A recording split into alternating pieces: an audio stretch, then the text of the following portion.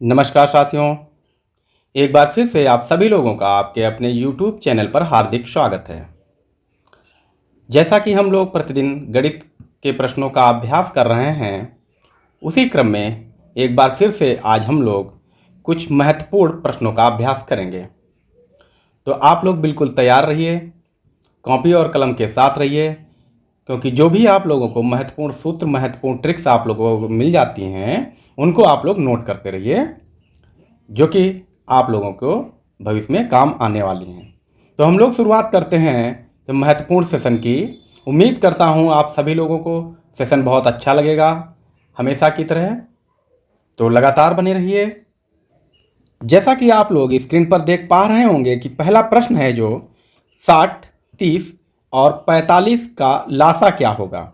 यहाँ पर लासा पूछा गया है, जिसको हम लोग एलसीएम कहते हैं। क्या कहते हैं? एलसीएम कहते हैं, या लोएस्ट कॉमन फैक्टर।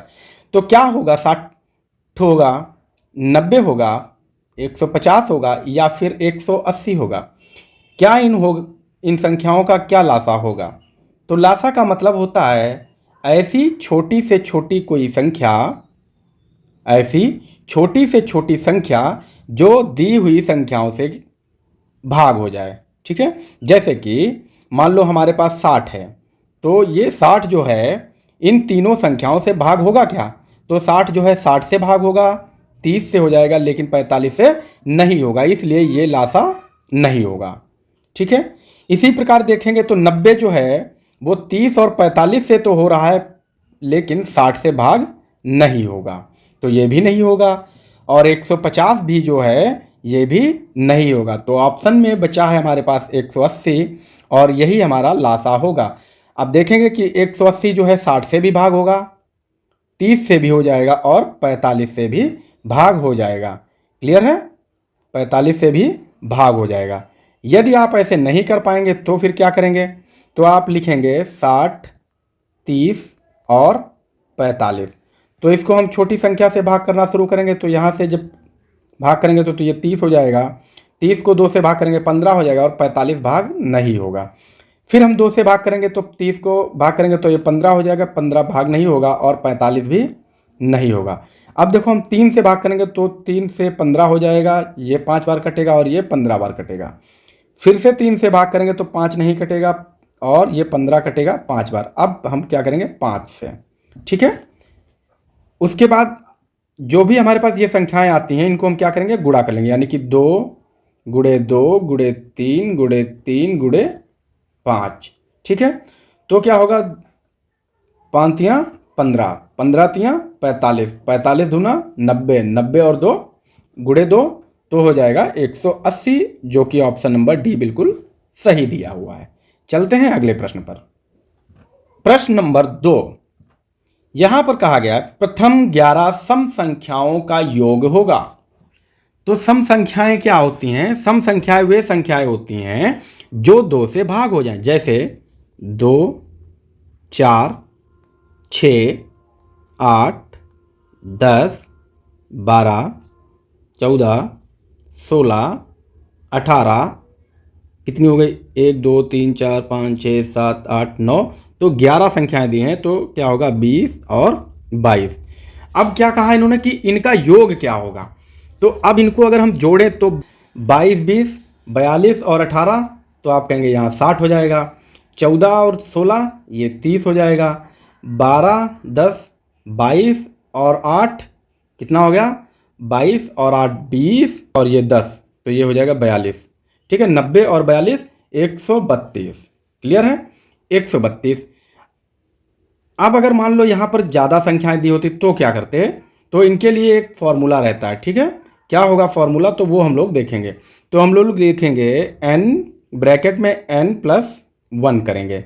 n मतलब संख्याएं, n का मतलब होता है संख्याएं कितनी? तो 11। तो n की जगह रखेंगे 11, ब्रैकेट में 11+1, यहाँ होगा 11, ब्रैकेट में क्या हो जाएगा? 12। जब ये ब्रैकेट खुलेगा तो क्या हो जाएगा? 11 गुणे 12। अब देखो 11 गुणे 12, 11 इंटू 12 कितना होगा? तो 11 दूनी 22 का 2 हासिल 2, 11 कम 11 और 2 13, तो आ गया 132, जो कि ऑप्शन नंबर सी में बिल्कुल दिया हुआ है। ठीक है, उम्मीद करता हूँ आपको ये प्रश्न समझ में आया होगा। आपके लिए फॉर्मूला ये रहेगा, सम संख्याओं का योग। क्या? सम संख्याओं का योग जब निकालना होगा तो आप फॉर्मूला लगाएंगे n into n plus 1। Okay. प्रश्न नंबर 3, 49 को किस निम्नतम संख्या से गुणा किया जाए कि वह एक पूर्ण वर्ग बन जाए? तो यहां पर दिया गया वर्ग बन जाए। तो अब देखेंगे कि 49 लिखा है। क्या लिखा है? 49। तो 49 किसका वर्ग है? तो आप कहेंगे 7 का वर्ग है। वर्ग का मतलब होता है ऐसी संख्या का 2 बार गुणा, अपनी ही संख्या का 2 बार गुणा, उसे हम कहते हैं वर्ग। जो ये लिखा है 7 का वर्ग, ठीक है। तो यहाँ तो ये 7 का वर्ग 49 है। अब हम इसको किससे गुणा करें? तो अगर कोई दी हुई संख्या जो वर्ग हो उसी से गुणा कर दें। तो देखो 5 से गुणा कर पाएंगे? नहीं कर पाएंगे। 2 भी किसी का वर्ग नहीं, तो हमें क्या मिलेगा? 4 जो है किसी का वर्ग है। और वर्ग को जब वर्ग से ही गुणा करेंगे तो बन जाएगा पूर्ण वर्ग। ये बन गया 96, 196। तो ये किसका वर्ग है? तो आप कहेंगे 14 का वर्ग है, ठीक है। तो 196 14 का वर्ग है। क्लियर है? ओके। प्रश्न नंबर 4, 750 रुपए को ए, बी और सी के बीच इस प्रकार बांटा गया है कि ए अनुपात बी बराबर 5:7 और बी अनुपात सी बराबर 7:13 है। तो ए को कितने रुपए मिले? अब यहां देखो बी 2 बार बटा है।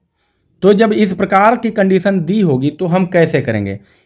इसको लिखो ए अनुपात बी और बी अनुपात सी, इस प्रकार से हम लोग लिख लेंगे। तो ए अनुपात बी यानी कि क्या दिया है? 5:2, फिर दिया है 7:13 यानी कि 7:13।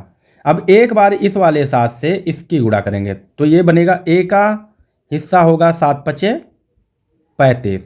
फिर हम लोग बी का हिस्सा निकालेंगे तो कितना होगा? 7×2 तो हो जाएगा 14। इसी प्रकार से जब सी का हिस्सा निकालेंगे तो आप कहेंगे 13×2 हो जाएगा, ठीक है। 13×2 तो हो जाएगा 26। क्लियर है? उम्मीद करता हूं आप लोगों को ठीक समझ में आया होगा, ठीक है। तो यहां से हम लोगों ने क्या देखा कि जो हिस्सा है, ए का हिस्सा कितना है? 35, और हमें निकालना है ए का ही हिस्सा निकालना है, ठीक है। उसके बाद हम लोग इसको क्या करेंगे कि जो है कितने रुपए हैं? तो आप कहेंगे 750 रुपए। गुणे कितना हिस्सा निकालना है? तो ए का हिस्सा निकालेंगे तो 35 कर देंगे। बटे में अनुपातों का योग, तो अनुपातों का योग क्या बना था? 35 था प्लस 14 प्लस 26। तो जब इनको जोड़ेंगे तो कितना हो जाएगा? तो आप कहेंगे हो जाएगा 75। इनका जोड़ कितना होगा? तो 75 हो जाएगा। 750 गुणे 35 बटे में हो जाएगा 75। 75 से जब 750 को काटेंगे तो 10 होगा, और 10 गुणे 35 बराबर कितना हो जाएगा? तो आप कहेंगे 350, जो कि ऑप्शन नंबर डी में दिया हुआ है, ठीक है। चलते हैं अगले प्रश्न पर। प्रश्न नंबर 5, पिता तथा पुत्र की वर्तमान आयु का योग 80 है। 5 वर्ष बाद पिता की आयु पुत्र की आयु के दोगुनी हो जाएगी, तो पुत्र की वर्तमान आयु क्या होगी? तो हम लोग देखेंगे कि वर्तमान आयु का योग जो दिया है वो कितना दिया है? 80।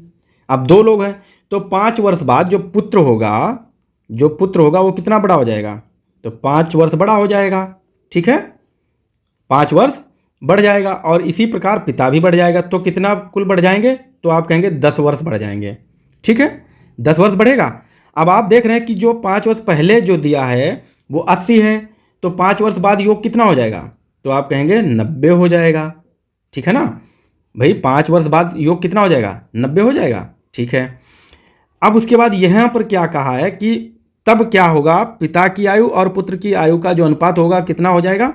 दोगुनी हो जाएगी। जो आयु है वो दुगनी हो जाएगी। तो पुत्र की आयु x हो जाएगी, तो पिता की आयु कितनी हो जाएगी?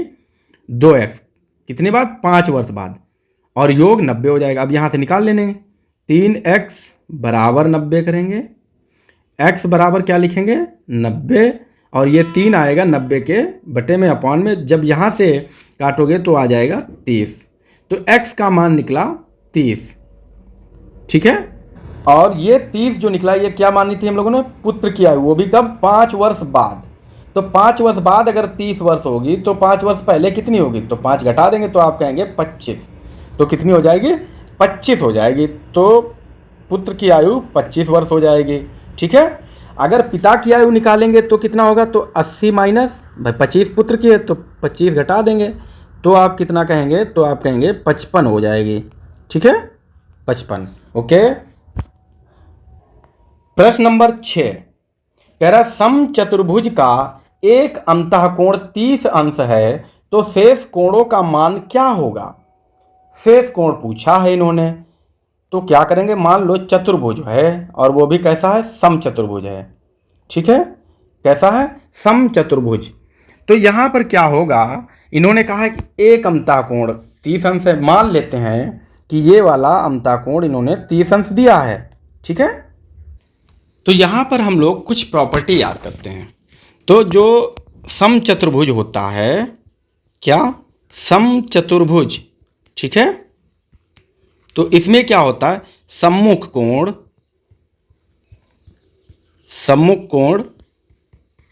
क्या होते हैं, बराबर, और सम्मुख भुजाएं भी बराबर। क्या, सम्मुख भुजाएं भी बराबर। ठीक है। और चारों कोणों का योग जो होता है वो होता है 360 अंश। इतना आपको याद रखना। अब हमने क्या लिखा है कि सम्मुख कोण बराबर, सम्मुख मतलब सामने वाले, आमने सामने के कोण क्या होते हैं, बराबर होते हैं। ठीक है। तो अगर ये 30 है तो सामने का कोण ये है, ये भी 30 होगा। ठीक है। तो दो कोण क्या कितने हो जाएंगे, तो 30 प्लस 30 हो जाएंगे। अब हम क्या जानते हैं कि कुल कोणों का योग कितना होता है, 360। अगर हम 360 से दो कोण घटा लें अपना, ठीक है, तो कितना बचेगा, 300। अब 300 है तो सामने सामने के ये भी कोण बराबर होंगे, तो इसको हम क्या कर दें, बट्टे में 2/2 कर देंगे तो आप कहेंगे 150 निकला। तो कितने कोण बन जाएंगे, देखो हम कितने निकालने थे, तो एक ये निकला, दो ये निकाले, 150-50 के। तो ऑप्शन कौन सा होगा, तो बाकी कोई ऑप्शन है नहीं, तो ये होगा ऑप्शन नंबर ए, 150, 30 और 150। जैसे मान लो कैसे, 30 तो ये दिया है तो ये 150, ये 30, ये 150। ठीक है, बात समझ में आ गई। ओके। प्रश्न नंबर 7 में कह रहा है 4.5 गुणे 4.5 माइनस 2.5 गुणे 2.5 बटे में जो दिया है अपॉन में 4.5 यानी कि 4.5 प्लस 2.5। तो यहाँ क्या करना है, इन संख्याओं का गुणा लिखा है और इन संख्याओं का गुणा। अगर हम इसको a मान लें तो ये क्या लिखा है, a इंटू ए लिखा है, माइनस 2.5 को अगर b मान ले तो ये क्या लिखा है, b इंटू बी लिखा है। अपॉन में क्या लिखा है, तो आप कहेंगे a प्लस बी लिख गया। अब हम a इंटू ए को क्या कर सकते हैं, ए स्क्वायर लिख सकते हैं, भाई दो बार है तो square, minus B square upon A plus B. ये बात समझ में आई। तो हम लोग क्या जानते हैं कि ए स्क्वायर माइनस बी स्क्वायर का जो फॉर्मूला होता है वो होता है ए प्लस बी और ब्रैकेट में ए माइनस बी। ठीक है। तो अगर हम यहाँ पर यही फॉर्मूला खोलें तो क्या हो जाएगा, तो आप कहोगे ए प्लस बी ब्रैकेट में ए माइनस बी हो जाएगा, अपॉन में ए प्लस बी लिखा ही है, ए प्लस बी। अब देखो क्या हो गया, ए प्लस बी ब्रैकेट ए माइनस बी अपॉन में ए प्लस बी। तो ए प्लस बी क्या होगा, कट जाएगा, तो बचा का ए माइनस बी। ए हमने क्या माना, तो आप कहेंगे 4.5 माना, बी क्या माना, तो माइनस 2.5 हो गया। यानी कि 4.5 से 2.5 घटाना है। कहने का मतलब 4.5 से जब आप 2.5 घटाएंगे तो बचेगा क्या, 2। यही हमारा होगा ऑप्शन, जो कि ऑप्शन नंबर सी बिल्कुल ठीक दिया है। ठीक है। प्रश्न नंबर 8, यदि 150 के 40% में 20 जोड़ दिया जाए तो संख्या होगी, क्या हो जाएगी संख्या, क्या 80 हो जाएगी, 60 हो जाएगी, 260 हो जाएगी या फिर 620 हो जाएगी, क्या हो जाएगी। आप लोगों को इस प्रकार के प्रश्नों को मैंने कराया हुआ है, तो आप लोग बड़ी आसानी से इसको कर सकते हैं। चलो फिर भी देखते हैं, हमने क्या कहा 150, तो इन्होंने कहा 150। के का मतलब होता है के या का, क्या कहा 40%, यानी कि 150 गुणे 40। परसेंट का मतलब आप जानते हैं बटे में हो जाता है 20। और फिर क्या कहा 20 जोड़ दिया जाए, तो क्या किया जाए 20 जोड़ दिया जाए तो संख्या हो जाएगी, तो क्या हो जाएगी। तो अब यहाँ क्या करना है, देखो 0 से 0 कटा, इस 0 से ये 0 कट गया, कितना हो गया 15 गुणे 4 प्लस का 20। तो आप कहेंगे 15 चक्कू 60 प्लस 20 हो जाएगा, 15 चक्कू 60 प्लस 20 हो जाएगा, 60 और 20 कितना होगा, तो आप कहेंगे 80 हो जाएगा। और यही आंसर आ गया है, जो कि ऑप्शन नंबर ए में बिल्कुल ठीक दिया हुआ है। उम्मीद करता हूं आप लोगों ने बेहतर सीखा है। प्रश्न नंबर 9, 10 मीटर प्रति सेकंड को किलोमीटर प्रति घंटा में बदलें। तो 10 मीटर प्रति सेकंड को जब हम किलोमीटर प्रति घंटा में बदलेंगे तो क्या आंसर होगा, क्या 30 हो जाएगा, 25 हो जाएगा, 20 होगा या फिर 36 होगा। तो कैसे करेंगे इसको हम लोग, तो आइए देखते हैं कि जब भी आपको कोई भी चाल मीटर प्रति सेकंड में दी हो और उसको किलोमीटर प्रति घंटा में बदलना हो, तो क्या करेंगे, उसको 18/5 से क्या करेंगे, गुणा कर देंगे। तो हमको क्या संख्या दी है, 10 मीटर प्रति सेकंड दिया हुआ है। तो 10 मीटर प्रति सेकंड दिया हुआ, इसको हमें क्या करना है, 18/5 से गुणा कर देना है। तो हम लोगों ने क्या कर दिया, गुणा कर दिया। अब देखो ऊपर संख्या क्या बन गई, 10 गुणे 18 और बटे में हो जाएगा 5, यानी कि अपॉन 5। जब हम 10 को 5 से भाग करेंगे तो आएगा 2, तो हमारे पास नई संख्या बन जाएगी 2 गुणे 18। तो आप कहेंगे जो आंसर आएगा वो आ जाएगा 36। तो 10 मीटर प्रति सेकंड को जब हम लोग किलोमीटर प्रति घंटा में बदलेंगे तो हो जाएगा 36 किलोमीटर प्रति घंटा चाल। ठीक है, उम्मीद करता हूं आपने ये बेहतर सीख लिया होगा। चलते हैं अगले प्रश्न पर, जो कि आज का अंतिम प्रश्न है। ये आज का अंतिम प्रश्न है और बहुत ही बढ़िया प्रश्न है, आप लोग इसको हल कीजिए। इसको हल करेंगे तो क्या आंसर आ जाएगा, तो चलिए हम लोग देखते हैं। तो प्रश्न हमारे पास है प्रश्न number 10, 14a minus 3 × 16 divided by 4 equal 10a plus 12 का मान होगा। यानी कि कह रहा है 14a माइनस 3 गुणे 16 भागे 4 बराबर में 10a प्लस का 12 दिया है, तो इसका मान क्या होगा। तो हम लोग इसको क्या लिखेंगे, 14a, ठीक है, माइनस 3 गुणे 16 भागे 4 मतलब बटे में 4 बराबर में हो जाएगा 10a प्लस का 12। अब यहाँ जब इसको हल करेंगे तो आ जाएगा 14a माइनस का, क्या करेंगे 4 से 16 को काट देंगे तो आ जाएगा 4। तो आप कहेंगे 3 गुणे 4 यानी कि ब्रैकेट में माइनस का 12, ब्रैकेट में 12 बराबर में 10a प्लस का 12। अब यहाँ जब ब्रैकेट खुलेगा तो हो जाएगा 14a माइनस का 12 बराबर में 10a प्लस का 12। अब हम क्या करेंगे, चर वाली संख्याएं एक तरफ करेंगे। चर का मतलब जब किसी संख्या के साथ कोई भी अक्षर अल्फ़ाबेट दिया हो तो उसे हम चर कहते हैं, और ऐसे में चर वाली संख्याओं को हम लोग एक तरफ कर लेते हैं और अचर संख्याएं जो सिर्फ संख्याएं हैं उनको दूसरी तरफ। तो देखो ये जो हमारा है बराबर, ये निशान लगा है, बराबर के इधर जो है ये है बायां पक्ष और इधर है दायां पक्ष। ठीक है, तो जब हम 14a लिखा हमने, ये हमारे पास संख्या है, तो a वाली संख्या एक तरफ कर लें, इसको a मानिए 14a। तो ये इधर बराबर यानी कि दाएं पक्ष में 10a लिखा है, जब इसको हम बाएं पक्ष में लाएंगे तो ये हो जाएगा माइनस का 10 से। ठीक है, तो यहाँ हो जाएगा माइनस का 10a बराबर में हमारे पास क्या लिखा है, प्लस का 12, तो 12 लिखा है।